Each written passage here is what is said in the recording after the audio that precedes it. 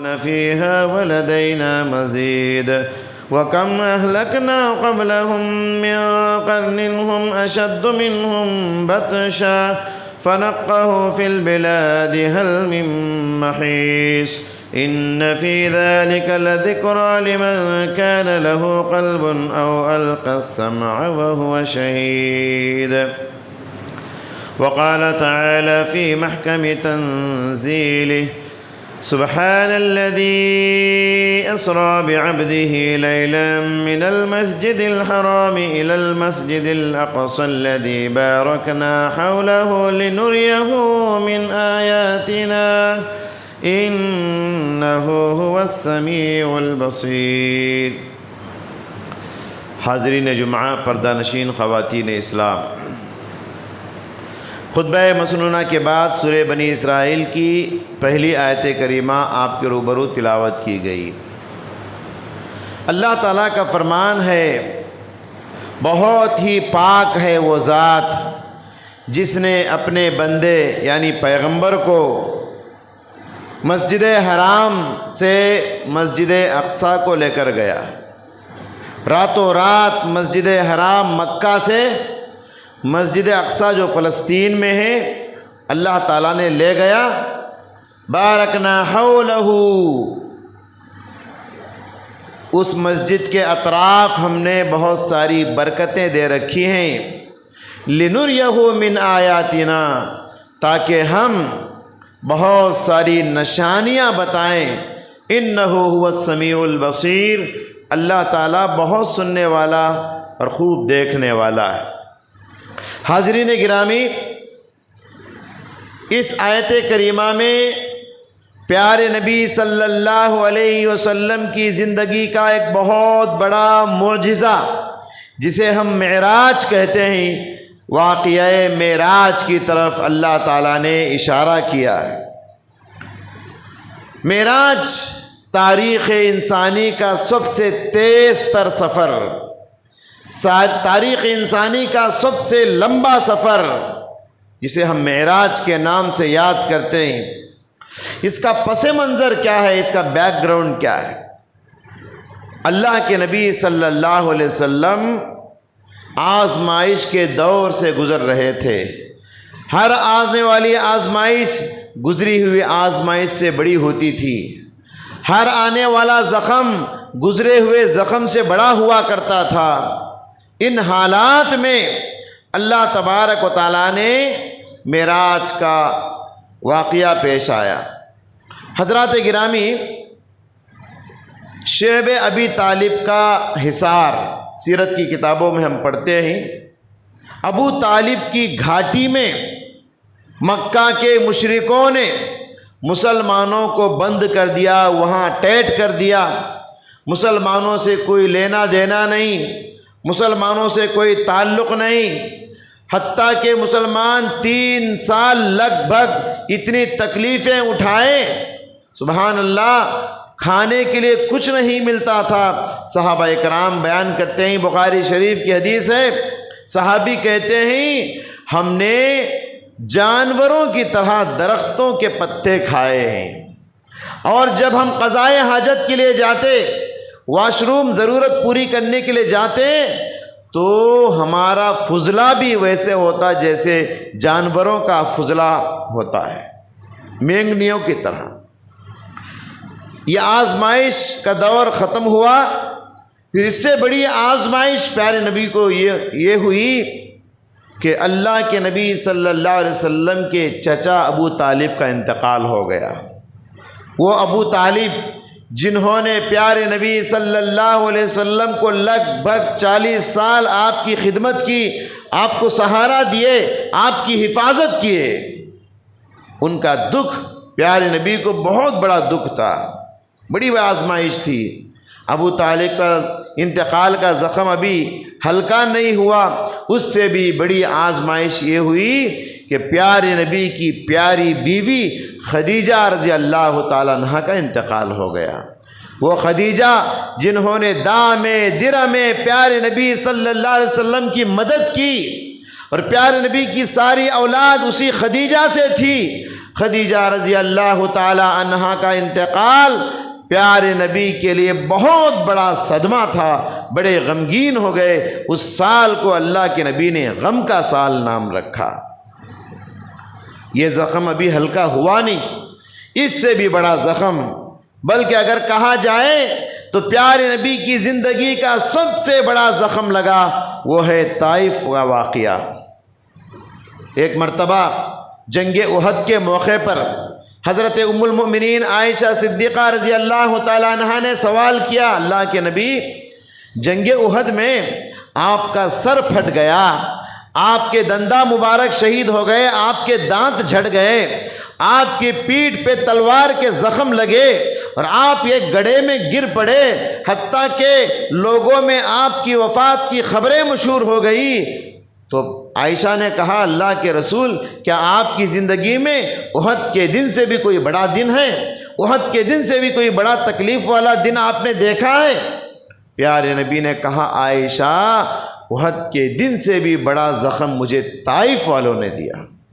طائف والوں نے پتھروں سے مار مار کے پیارے نبی کے پورے جسم کو خون سے لہو لہان کر دیا۔ ان آزمائش بھرے حالات سے آپ گزر رہے تھے، بڑے دکھی تھے، بڑے غمگین تھے پیارے نبی۔ اللہ تعالیٰ نے آپ کے زخم پر مرہم رکھنے کے لیے اپنے قریب بلا لیا۔ اسی کو معراج کا سفر کہتے ہیں، اسی کو معراج کا واقعہ ہم کہتے ہیں۔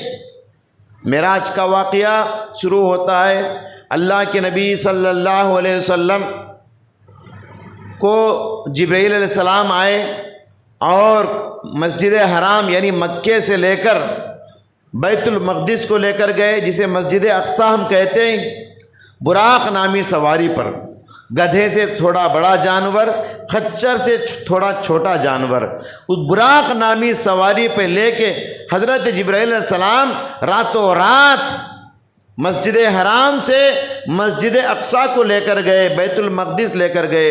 وہاں اللہ کے نبی نے 2 رکعت نماز پڑھائی، سارے انبیاء کی امامت کی۔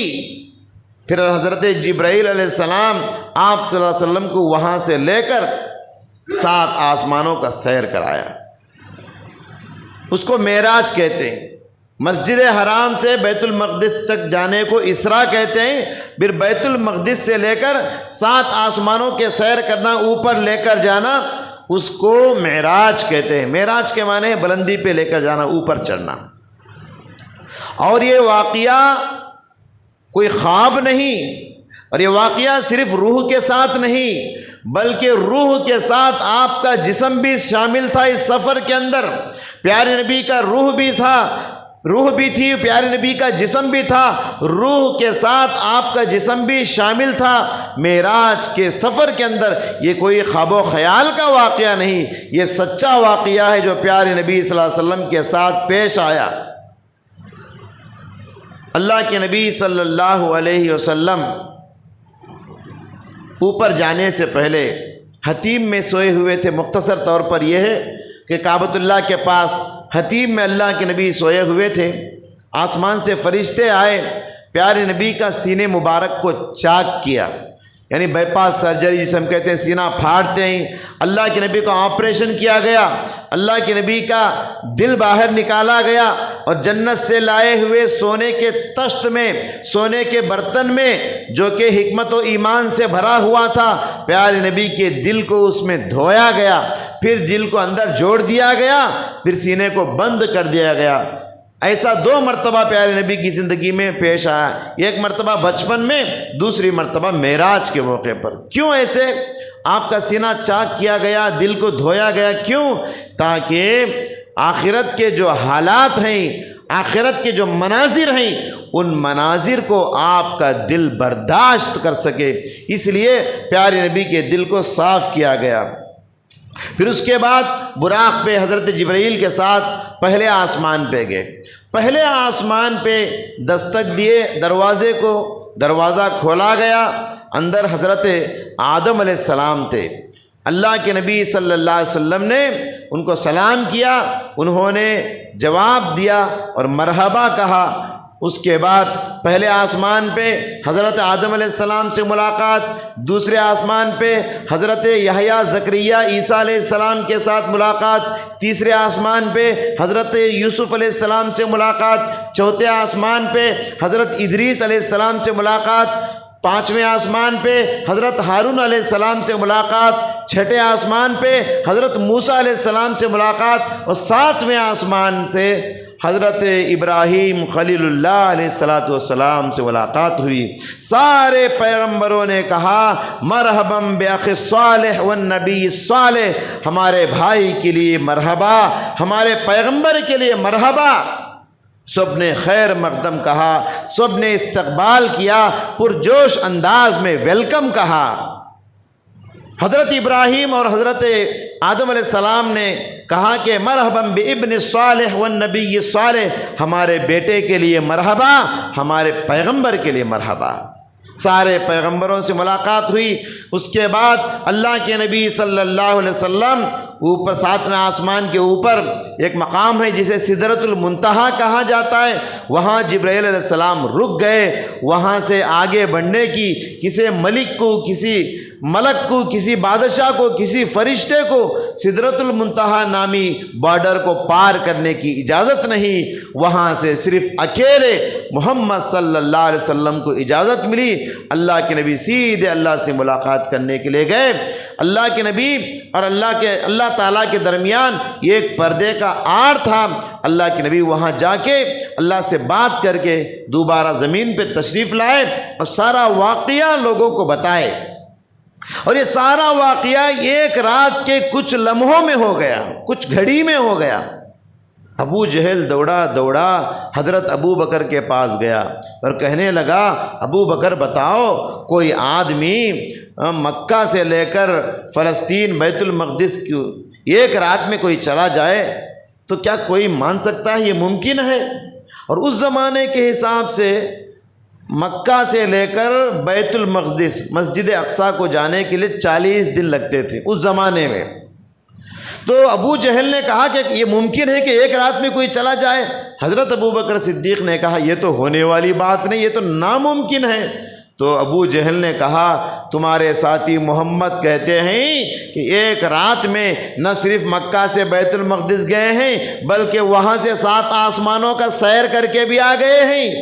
حضرت ابو بکر صدیق نے کہا اگر پیارے نبی یہ بات کہتے ہیں تو میں ابھی اس بات کی تصدیق کرتا ہوں۔ ابو بکر، آج تک صرف ابو بکر تھے، اس واقعے کی تصدیق کے بعد ابو بکر صدیق بن گئے، کیونکہ پیارے نبی کی ہر بات کو بغیر عقل کے گھوڑے دوڑائے وہ مان لیا کرتے تھے، اسی لیے ان کو صدیق کا ٹائٹل دیا گیا۔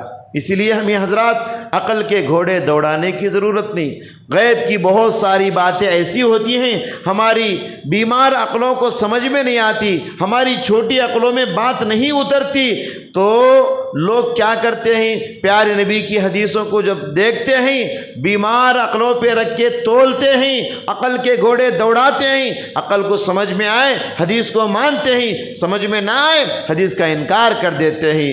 یہ چیز ہمارے لیے مناسب نہیں۔ یہ معراج کا واقعہ بھی یہ غیب ہے، اس کو ماننا چاہیے، اس پر ایمان لانا چاہیے، یہی ہمارا ایمان ہے۔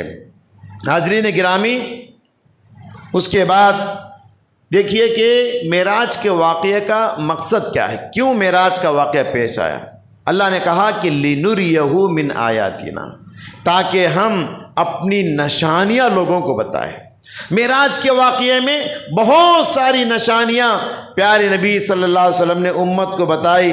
سب سے پہلی نشانی یہ کہ اللہ کے نبی صلی اللہ علیہ وسلم نے حضرت جبرائیل کو معراج کے موقع پر اپنے اصلی روپ میں دیکھا، اپنے اصلی شکل میں دیکھا۔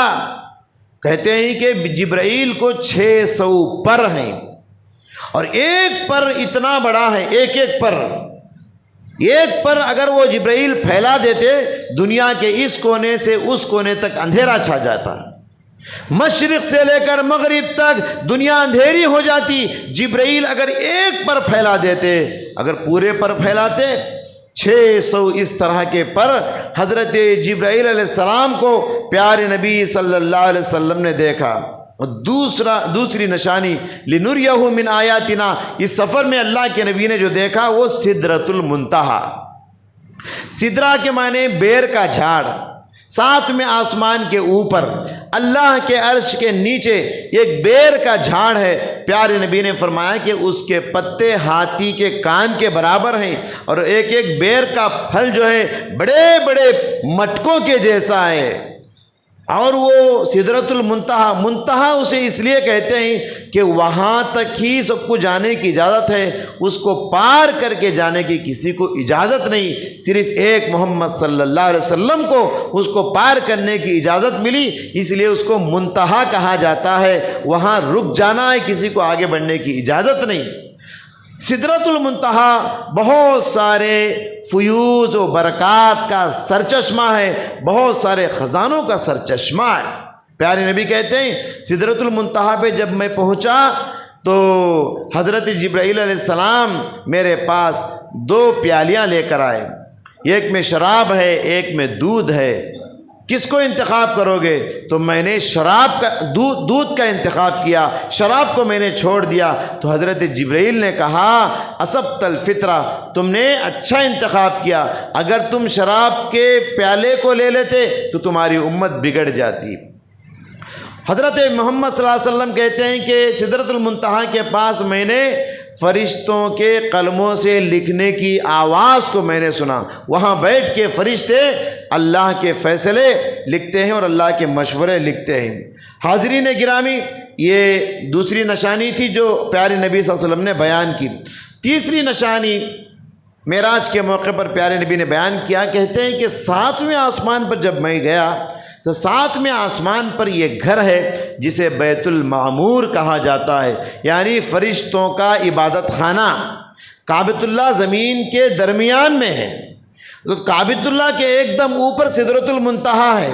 کعبۃ اللہ میں انسان عبادت کرتے ہیں اور سدرۃ المنتہا میں فرشتے عبادت کرتے ہیں۔ اس میں کہتے ہیں پیارے نبی نے کہا میں نے اس گھر میں جا کر دیکھا تو حضرت ابراہیم علیہ السلام ٹیک لگا کر اس گھر میں بیٹھے ہوئے تھے، اور اس گھر میں پیارے نبی نے فرمایا کہ روزانہ 70,000 فرشتے عبادت کرنے کے لیے داخل ہوتے ہیں، 70,000 فرشتے۔ اور تعجب کی بات یہ ہے 70,000 فرشتوں کی باری ایک مرتبہ آ جائے تو پھر دوبارہ زندگی میں ان کی باری نہیں آتی، روزانہ نئے 70,000 فرشتے اس گھر میں داخل ہو کے اللہ رب العالمین کی بڑائی اور کبریائی بیان کرتے ہیں۔ لِنُرِيَهُ مِنْ آیَاتِنَا، معراج کا مقصد کیا ہے؟ اللہ تعالیٰ نشانیاں بتانا چاہتا ہے۔ اس میں سے ایک بات پیارے نبی نے یہ بھی ذکر کیا، کہتے ہیں کہ معراج کی رات میں نے حضرت موسیٰ علیہ السلام کو اپنی قبر میں نماز پڑھتے ہوئے دیکھا۔ اپنی قبر میں موسیٰ علیہ السلام کو میں نے نماز پڑھتے ہوئے دیکھا۔ یہ غیب ہے، یہاں اس حدیث کو سامنے رکھ کر سوچنے کی بھی اجازت نہیں، پوچھنے کی بھی اجازت نہیں۔ وہ کیسے پڑھ رہے تھے، قبر میں کیسے کھڑے ہوئے تھے، یہ غیب کے احوال ہیں، جیسے بتایا گیا ویسے مان لینا چاہیے۔ تو یہ بھی پیارے نبی صلی اللہ علیہ وسلم نے امت کو پیش کیا۔ اسی طریقے سے معراج کے موقع پر ایک نشانی یہ بھی کہ پیارے نبی صلی اللہ علیہ وسلم نے جہنم کے کچھ مناظر دیکھے ہیں۔ جہنم میں پیارے نبی نے ایک منظر یہ دیکھا، کہتے ہیں کہ کچھ لوگوں کو میں نے تانبے کے بڑے بڑے ناخن دیکھے ہیں، بڑے بڑے ناخن، اور ان ناخنوں سے وہ لوگ اپنے سینے کا گوشت نوچ کے کھا رہے ہیں، اپنے چہرے کا گوشت نوچ کے خود کھا رہے ہیں۔ میں نے کہا جبرائیل یہ کون لوگ ہیں، اتنی خطرناک سزا ان کو کیوں دی جا رہی ہے؟ تو حضرت جبرائیل نے کہا اے اللہ کے رسول، یہ آپ کی امت کے وہ لوگ ہیں جو غیبت کیا کرتے تھے۔ اَيُحِبُّ أَحَدُكُمْ أَن يَأْكُلَ لَحْمَ أَخِيهِ مَيْتًا، کیا تم میں سے کوئی اس بات کو پسند کرتا ہے کہ اپنے مردہ بھائی کے گوشت کو کھائے؟ غیبت کرنا گویا کہ مردہ بھائی کے گوشت کو کھانے کے برابر ہے۔ تو جو لوگ دنیا میں دوسروں کی غیبت کر کے دوسروں کی عزتوں کو زخمی کیا کرتے تھے، اللہ ان کو قیامت کے دن یہ سزا دے گا کہ جہنم میں وہ خود اپنے ناخنوں سے اپنے جسم کو زخمی بنائیں گے۔ اور پیارے نبی نے جہنم میں ایک منظر یہ بھی دیکھا کہ کچھ لوگوں کے ہونٹوں کو آگ کی کینچیوں سے کاٹا جا رہا ہے، کچھ لوگوں کے ہونٹ ہیں آگ کی کینچیوں سے ان ہونٹوں کو کاٹا جا رہا ہے۔ پیارے نبی نے کہا جبرائیل یہ کون لوگ ہیں؟ تو جبرائیل علیہ السلام نے کہا اے اللہ کے رسول یہ آپ کی امت کے خطبہ ہیں، یہ آپ کی امت کے علماء ہیں، یہ آپ کے امت کے وہ لوگ ہیں جو بولتے بہت تھے مگر عمل نہیں کرتے تھے، جو بولتے تھے ان کی پرسنل لائف میں اس کا عمل نہیں ہوتا تھا، یہ دوسروں کو بتاتے تھے مگر خود عمل نہیں کیا کرتے تھے، اس وجہ سے ان کو جہنم میں یہ سزا دی جا رہی ہے۔ حاضرین گرامی، معراج کے موقع پر 3 پیغام پیارے نبی صلی اللہ علیہ وسلم لے کر آئے، امت کے لیے 3 پیغام آسمانوں سے لائے۔ پہلا پیغام جب 7ویں آسمان پہ واپسی میں حضرت ابراہیم علیہ السلام سے ملاقات ہوئی تو حضرت ابراہیم علیہ السلام نے کہا اے پیغمبر اب آپ دنیا میں جا رہے ہیں، اقری امتک منی السلام، تمہاری امت کو میرا سلام کا پیغام پہنچانا۔ سبحان اللہ، ابراہیم علیہ السلام وہاں بیٹھ کر میرا اور آپ کا کتنا خیال کر رہے ہیں، ہماری کتنی ہمدردی کر رہے ہیں کہ وہاں سے امت محمدیہ کے لیے حضرت ابراہیم علیہ السلام سلام کا محبت کا پیغام بھیج رہے ہیں۔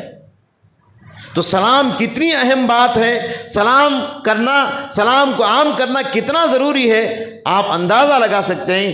آسمانوں سے ابراہیم علیہ السلام سلام بول کر بھیجے۔ ابراہیم علیہ السلام نے دوسرا میسیج، دوسرا پیغام یہ دیا، کہا وَأَخْبِرْهُمْ أَنَّ الْجَنَّةَ قِيعَانٌ، اپنی امت کو جا کر بتا دینا جنت ایک چٹیل میدان ہے، جنت ایک صاف میدان ہے، وَأَنَّ غِرَاسَهَا، اور جنت کے اس میدان میں درخت کیا ہے اس کے؟ سبحان اللہ، الحمدللہ، ولا الہ الا اللہ، واللہ اکبر، یہ 4 کلمے ہیں، ایک ایک کلمہ پڑھتے جاؤ، اس چٹیل میدان میں ایک ایک درخت لگاتے جاؤ۔ جو جتنے مرتبہ ان کلمات کو پڑھے گا، چلتے پھرتے اڑتے بیٹھتے صبح شام، یہ 4 کلمے آسان ہیں، سبحان اللہ، الحمدللہ، لا الہ الا اللہ، اللہ اکبر۔ ان کلموں کو اس یقین کے ساتھ پڑھو کہ ہر کلمے کے بدلے میں جنت میں ایک جھاڑ لگے گا۔ جو آدمی اپنی جنت کو آباد کرنا چاہتا ہے، جو آدمی اپنی جنت کو شاداب کرنا چاہتا ہے، اس کو چاہیے کہ ان کلمات کو زیادہ سے زیادہ پڑھے۔ یہ حضرت ابراہیم علیہ السلام کی نصیحت ہے۔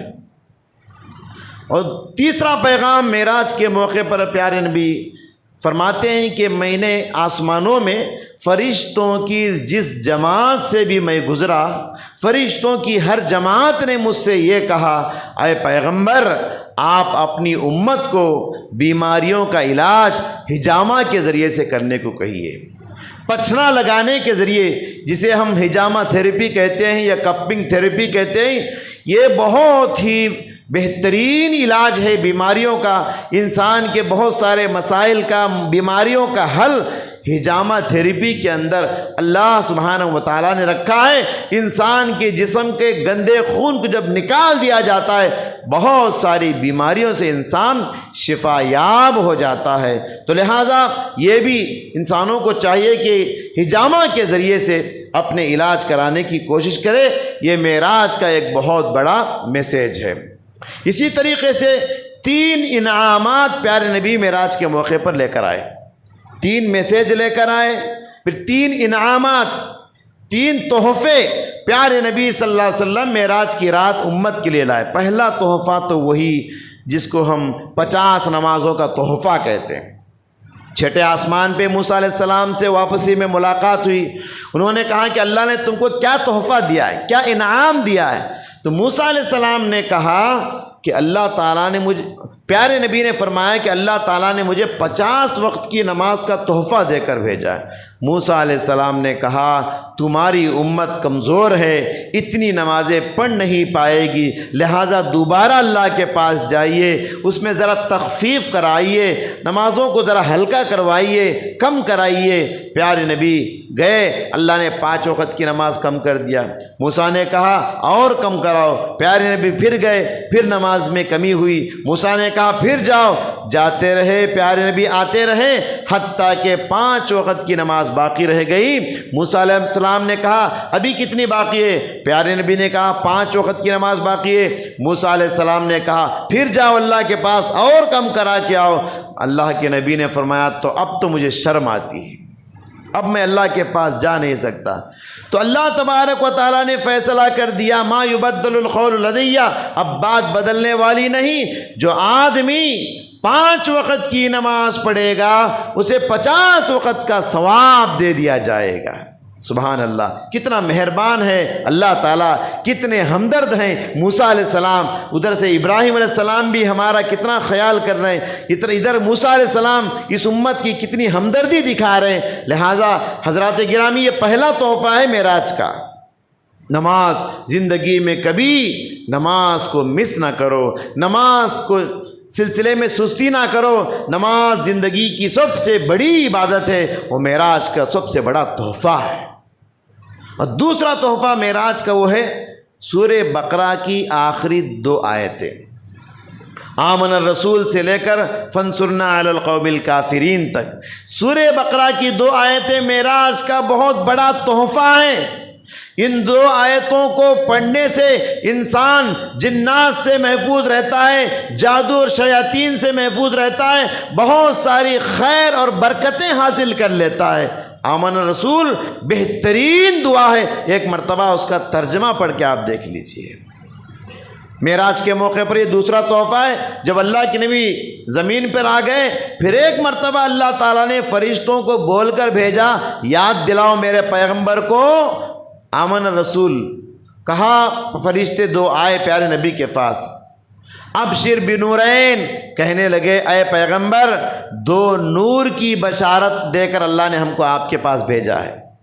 فرشتے آئے کہنے لگے ابشر بنورین، اللہ تعالیٰ نے 2 نور دے کر آپ کے پاس ایک بشارت دے کر بھیجا ہے۔ 2 نور، پہلا نور کیا ہے؟ سورہ فاتحہ، اور دوسرا نور ہے خواتیم سورۃ البقرہ، سورۃ البقرہ کی آخری 2 آیتیں۔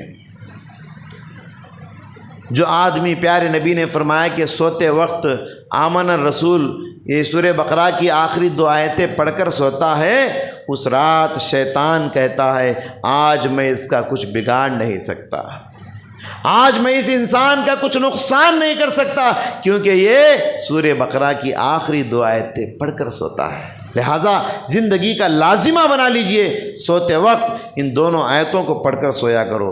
اور تیسرا انعام، پہلا انعام 5 وقت کی نماز، دوسرا انعام سورۃ البقرہ کی آخری 2 آیتیں، اور تیسرا انعام کیا ہے معراج کا؟ پیارے نبی صلی اللہ علیہ وسلم نے فرمایا کہ اللہ تبارک و تعالیٰ نے کہا کہ اے محمد تمہارے جو امتی شرک کیے بغیر انتقال ہو جائیں گے، اگرچہ کہ ان کے کبیرہ گناہ ہو، اللہ ان کو بھی معاف کرے گا۔ جو لوگ شرک کرے بغیر انتقال ہو، یہاں اندازہ لگائی شرک کتنا بڑا گناہ ہے، شرک کتنا بڑا گناہ ہے۔ پیارے نبی نے فرمایا میرے جو امتی شرک کرے بغیر انتقال ہوئے، اللہ ان کے کبیرہ گناہوں کو بھی معاف کرنے کا اعلان کیا معراج کی رات میں۔ یہاں غلط تصور، غلط مفہوم ذہن میں نہ لینا، بڑے گناہوں کو معاف کرنے کے 2 شکلیں ہیں۔ پہلی شکل یہ ہے کہ اللہ تعالیٰ چاہے بڑے گناہوں کو معاف کر کے ڈائریکٹ جنت میں بھیج سکتا ہے، یا معاف کرنے کا دوسری شکل یہ بھی ہے، اللہ ان گناہوں کی سزا جہنم میں دینے کے بعد پھر جب اللہ کی مشیت ہوگی، مرضی ہوگی، جہنم سے نکالے گا، پھر دوبارہ جنت میں ڈالے گا۔ تو بہرحال یہ 3 تحفے اللہ سبحانہ و تعالیٰ نے پیارے نبی صلی اللہ علیہ وسلم کو معراج کی رات دیا تھا۔ حضرات یہاں ایک سوال یہ ہے کہ معراج کی رات جب اللہ کے نبی اللہ سے اتنا قریب ہو گئے تو کیا انہوں نے اللہ تعالیٰ کو دیکھا ہے؟ دیکھیے صحابہ نے یہی سوال پیارے نبی سے کیا تو پیارے نبی صلی اللہ علیہ وسلم نے فرمایا نور انا ارا، اللہ نور ہی نور ہے، میں اللہ کو کیسے دیکھ سکتا ہوں؟ موسیٰ علیہ السلام نے بھی کہا تھا نا میں تجھے دیکھنا چاہتا ہوں، اللہ تعالیٰ نے کہا لن ترانی، اے موسیٰ تم مجھے دیکھ نہیں سکتے، تو موسیٰ نے اصرار کیا تو اللہ تعالیٰ اپنا صرف جھلک ظاہر کیا تو موسیٰ علیہ السلام بے ہوش ہو کے گر گئے۔ تو یہ دنیا کی کمزور آنکھوں سے ہم اللہ تعالیٰ کا دیدار نہیں کر سکتے۔ حضرت مسروق بہت بڑے تابعی ہیں، حضرت عائشہ صدیقہ رضی اللہ تعالیٰ عنہ سے پوچھتے ہیں کہ اللہ کے نبی جب معراج کیے تو کیا اللہ تعالیٰ کو انہوں نے دیکھا ہے؟